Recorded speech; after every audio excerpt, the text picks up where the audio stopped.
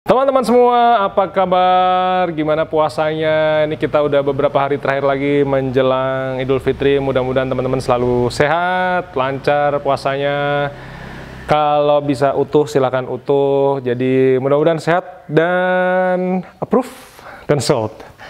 Jadi seperti kemarin, saya kepengen sharing hari ini tentang full version. Kita akan memotret ini. Benda sederhana, keranjang rotan, dan sendok garpu ya. Biar sold 10 sen. Jadi murah meriah, hore, yang penting happy. Jadi teman-teman stay tune, kita ketemu abis ini guys.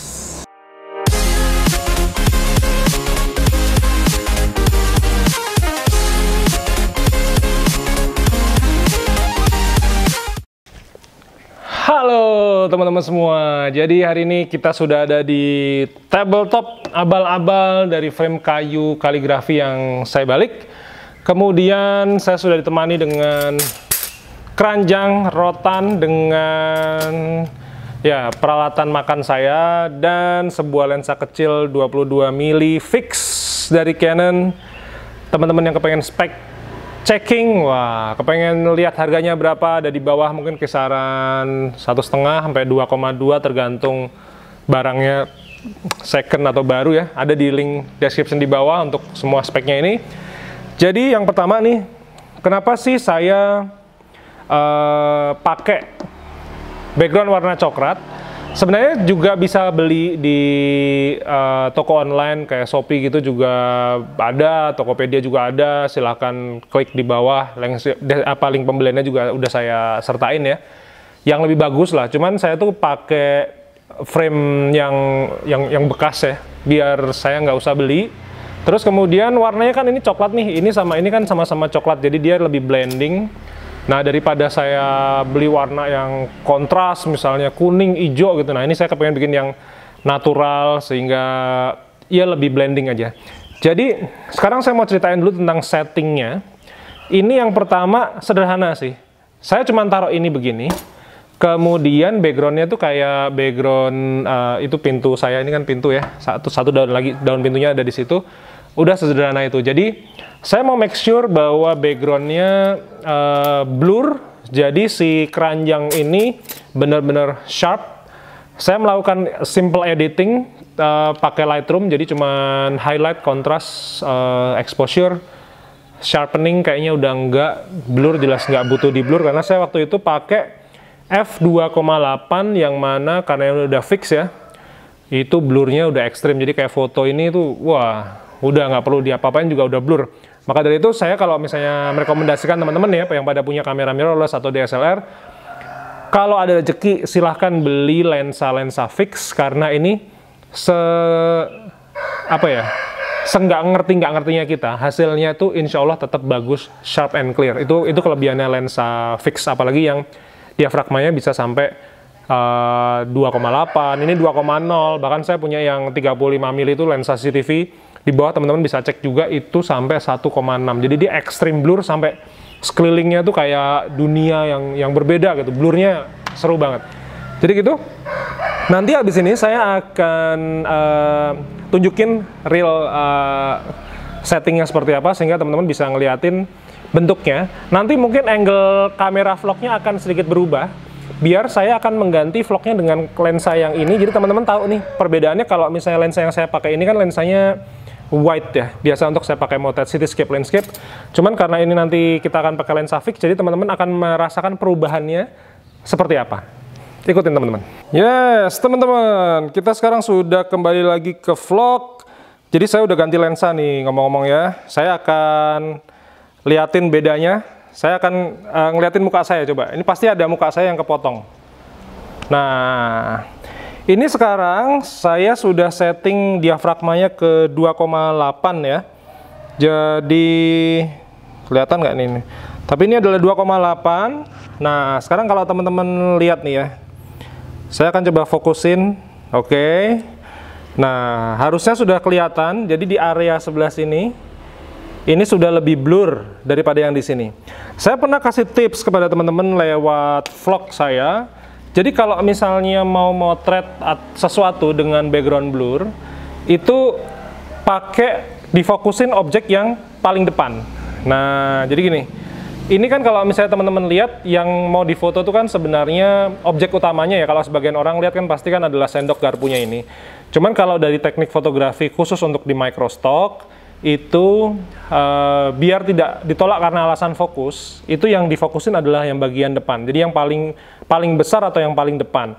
Kalau misalnya kita fokusin ke sini nih, misalnya ke garpu ini misalnya, ini pasti ada bagian sini blur, blur, blur, blur, dan belakang blur. Di sini juga blur. Itulah kenapa si robot artificial intelligence akan menganggap foto ini ditolak karena alasan blur. Tapi kalau objek yang paling besar yang difokusin seperti ini misalnya, itu kan framingnya kan yang laku bentuknya kayak begini ya. Nah, ini yang sini fokus nih teman-teman. Dengan begitu yang area sini blur. Yang area belakang jelas background blur. Cuman si robot itu karena dia juga tidak 100% pintar kayak manusia, jadi robot itu kadang-kadang bodoh juga gitu. Maka kita akalin dia dengan fokusnya kepada objek yang paling besar, sehingga fotonya approve dan kemudian sold. Jadi settingnya sangat sederhana. Nah, kalau teman-teman liatin, boleh juga teman-teman pakai properti segala macam, cuman karena saya satu nggak punya, dan yang kedua saya kepengen memotret itu cepat saja. Jadi nggak usah banyak preparation segala macam, maka jadilah angle-nya seperti ini. Sangat sederhana, landscape ya. Ya framingnya kurang lebih seperti ini, kemudian sederhana, hanya keranjang rotan. Yang penting approve dan kemudian sold. Oke, tadi teman-teman sudah lihat, sudah saya ganti lensanya, harapannya sih teman-teman sudah bisa ngerasain ya experience-nya ketika saya pakai lensa wide seperti apa, kemudian saya pakai lensa fix seperti apa. Ini sekarang saya pakai lensa fix yang 22 mili karena ini lensanya yang ini. Nah, ini saya copot. Ini lensa yang tadi pertama kali saya pakai ngevlog di awal. Jadi dia kesannya lebih wide. Cuman dengan tujuan biar teman-teman juga ngerasain perubahan lensa dari lensa wide ke lensa fix. Nah, sekarang ini lensa fix kayak begini. Dengan begitu teman-teman kalau jeli pasti akan melihat muka saya lebih tajam. Kemudian perpendaran lighting juga lebih smooth dibandingin yang tadi lensa wide. Nah, lensa wide itu kan namanya juga lensa kit ya. Jadi lensa, kalau ibarat orang awam tuh ngomongnya adalah lensa sapu jagat, jadi bisa motret dekat, bisa motret jauh. Cuman kalau kita dalam tujuan profesional job, biasanya range-nya itu dibatasi. Biar apa? Biar kualitas si lensa tersebut menjadi lebih optimal. Nah, sekarang saya kalau misalnya ada dua objek nih ya, saya kepengen sharing lagi ya, misalnya ini ada objek sendok sayur sama sendok makan gitu.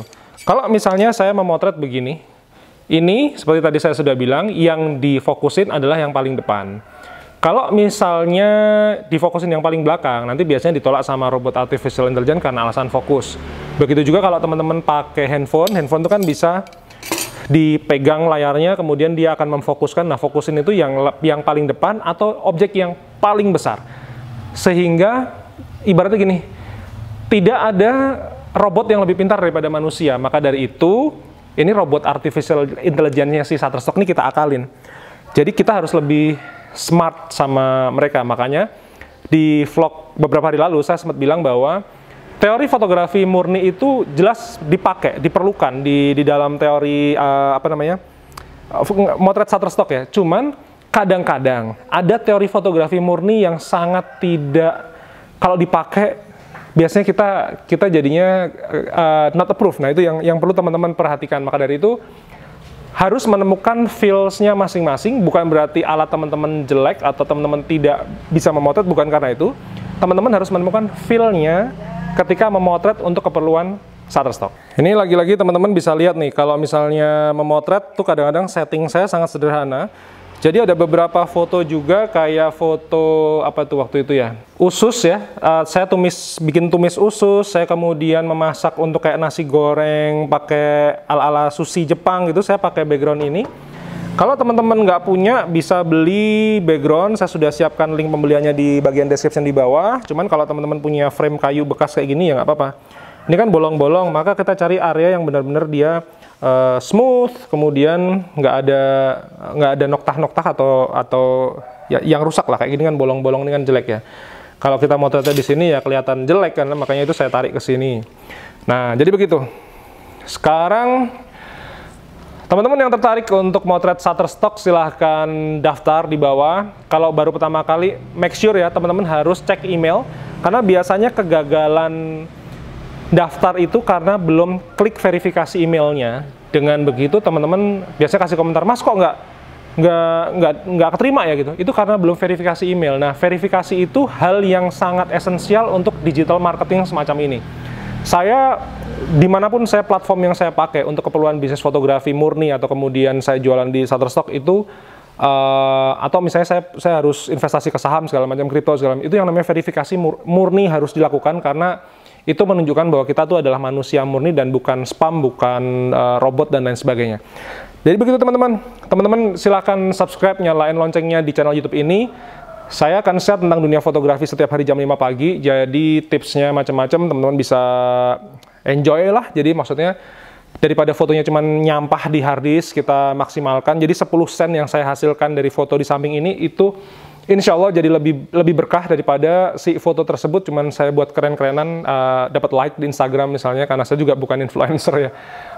Beda rezekinya lah. Jadi saya pikir teman-teman juga banyak yang bukan influencer, maka dari itu fotonya daripada cuma ngasal di sosial media, ini kita jualin, dapat 10 sen dan bisa di-download ribuan kali dulu. Jadi ini unlimited teman-teman. Maka dari itu, kalau yang butuh panduan memotret Shutterstock lebih lengkap, silahkan klik description di bawah. Saya punya 2 ebook, jualan foto dengan Shutterstock itu yang basic. Kemudian Shutterstock yang backgroundnya hitam ini adalah untuk intermediate, jadi teman-teman yang masih nol, sama sekali nggak ngerti, silahkan download yang jualan foto dengan Shutterstock dulu, biar tidak ada missing link dan cross information. Tapi kalau teman-teman kepengen panduan yang offline, silahkan main ke Jogja, selama saya masih ada di Jogja. Dengan begitu silahkan mampir ke villa saya di The Cendela atau 10 Coffee. Nanti saya punya ada kelas, ada basic, intermediate, sampai ke kelas post productionnya juga ada semua. Itu bahkan sampai ada yang staycation di villa saya, jadi kita akan melakukan project bareng-bareng, itu yang kelas offline.